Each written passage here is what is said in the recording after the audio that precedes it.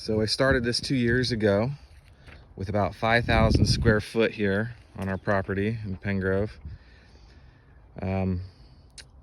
Started by digging some swales or some ditches that were on contour with the land and using that soil downhill from the swale as a planting mound. And you can't really see the swales right now, but they're in front of all these plants.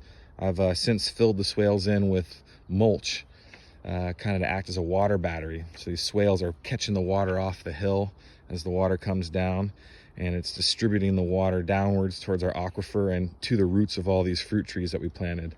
So I started about with 20 some odd fruit trees and berries, and last year we expanded another 5,000 square foot, so we're at 10,000 square foot total.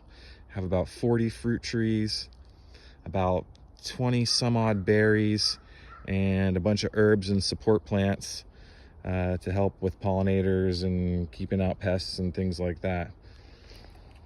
So I'll show you around here. We got a couple kiwis on a trellis. I've just been training those onto the trellis these last 2 years, and they're finally starting to take shape. Haven't produced any fruit yet. Some nasturtium and some lemon balm down here, some oregano, a couple grapes, green grape and a Concord red grape.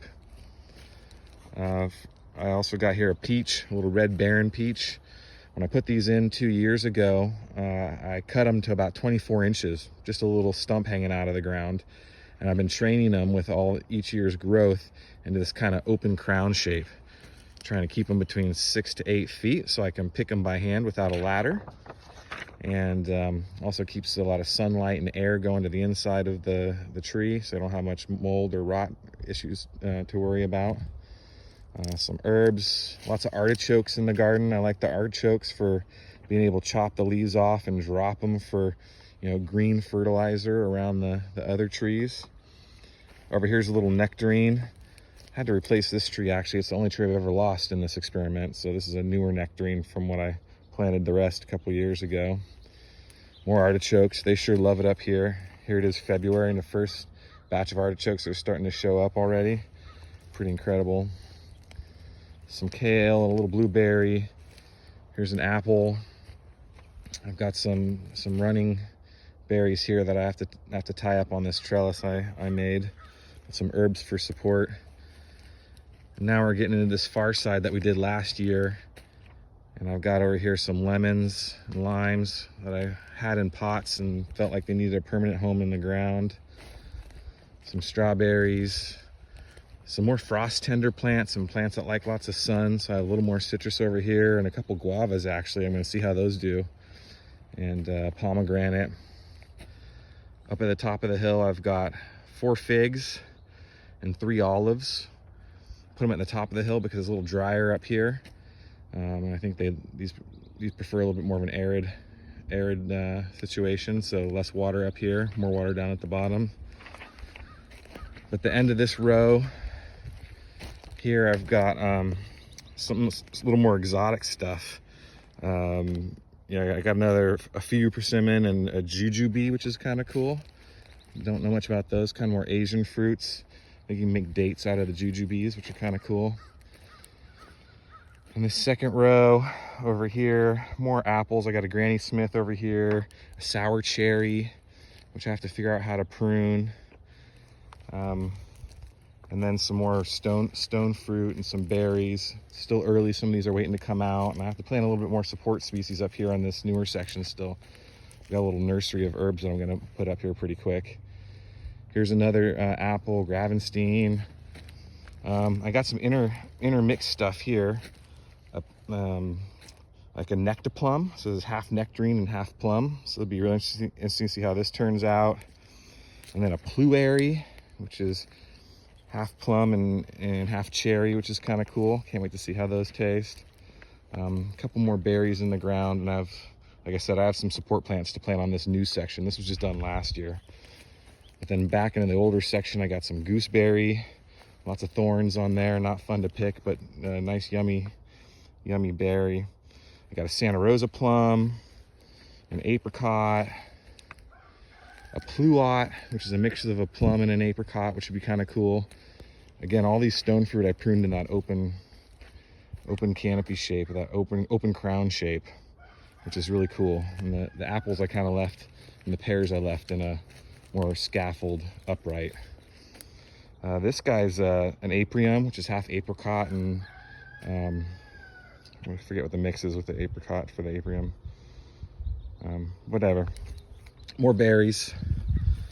The third row is kind of more of the same. I've got a pear over here. I've got some currants. I've got more of that lemon balm, which just loves it up here. Some more nasturtium in the ground. More artichokes. I think I got some lupine down here. This is a cherry. This is a Lapin's cherry. I got another pear over here, D'Anjou pear. I tried to mix it up so I have no two of the same variety. Early pears, early apples, late apples, early cherries, late cherries. That way I have fruit kind of all year round. And here I just did some pruning work. This is an elderberry, European elderberry. I got 2 of them over here. And these things are ferocious. They grow so fast. Huge shoots, 8 foot tall every year, and I come back every winter and cut them down. And the amount of berries that come off these it's so plentiful. We try to make an elderberry syrup, really good for your health. Great to keep colds off in the winter. Here's another apple. I got a couple stints in the apple tree over here to make these branches come out like kind of ideal 45-degree angle. More berries on trellis. I think these are raspberries over here. A new cherry. I think this is a sour cherry. This is an Asian pear, which is kind of a mix of an apple and a pear. And I've got an experiment here with avocados. They seem to be doing okay. They're a little frost tender.